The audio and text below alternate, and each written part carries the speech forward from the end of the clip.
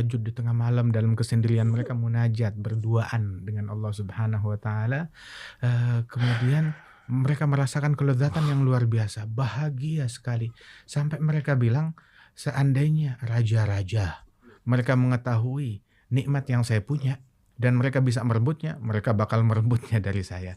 Tapi nggak bisa direbut nikmat ini." Loh, saya jadi penasaran, pernah marah nggak kalau gitu? Hmm.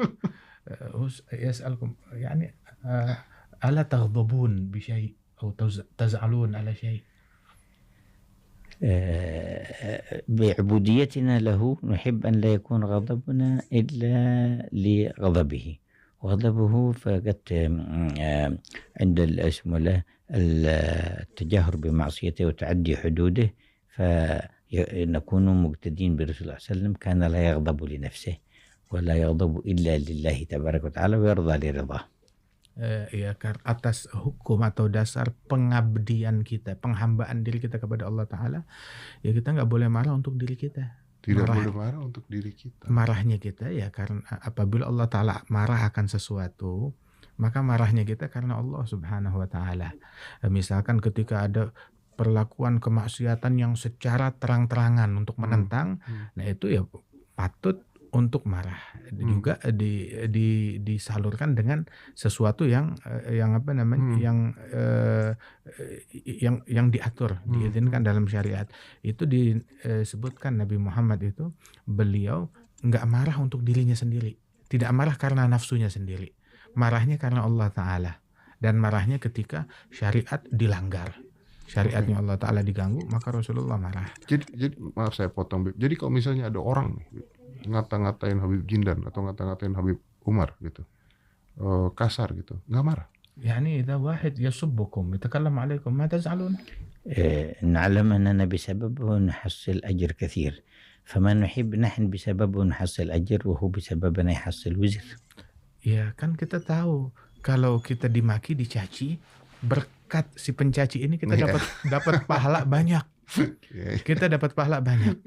Masa kita balas dengan sama aja ya. Kita balas dengan dia dapat dosa banyak. Iya. Jadi mana kita bukan cuma sekedar kita mau memaafkan agar dia nggak dapat dosa juga. ثم جعلنا نتشبه بالأنبياء كانوا يؤذون ويسبون وهم يحلمون ولا يغضبون.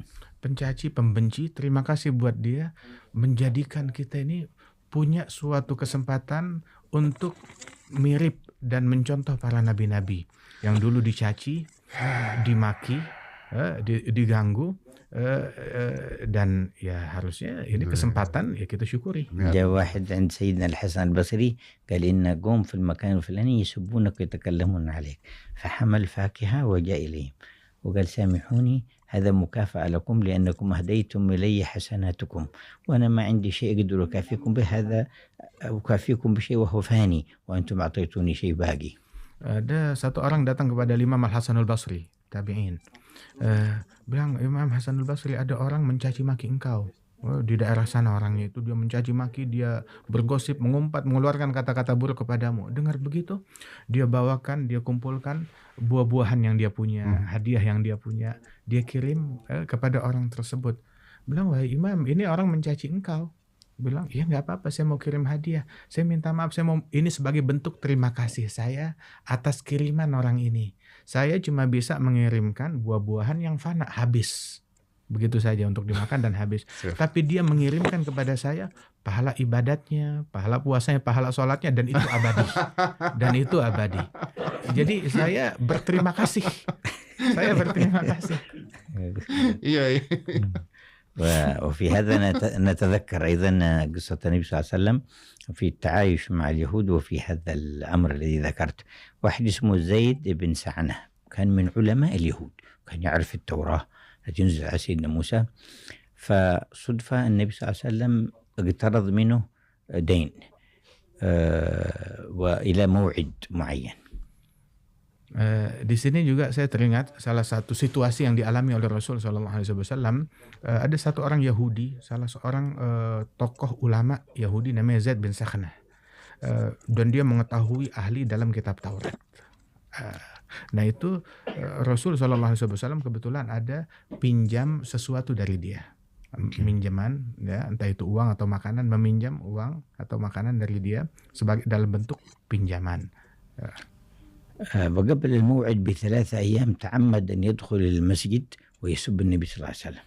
3 hari sebelum jatuh tempo, sengaja dia masuk ke masjid, langsung mencaci maki, berkata-kata kasar kepada Nabi Muhammad di hadapan Nabi Muhammad. كان على النبي رداء فحمل الرداء وسحبه بقوة حتى حمل رقبة النبي. Nabi dia pakai sorban macam ini, dia tarik di betot sorbannya itu sampai berbekas di lehernya Nabi Muhammad. وقال أعطني ديني فما عرفتم يا بني هاشم إلا مطلتم الناس في حقهم. Sampai dia bilang, bayar hutang kamu kepada saya. Memang kamu keluarga Bani Hashim ini memang kalau ngutang itu suka nunda-nunda pembayaran. Jadi caci makinya kasar sekali.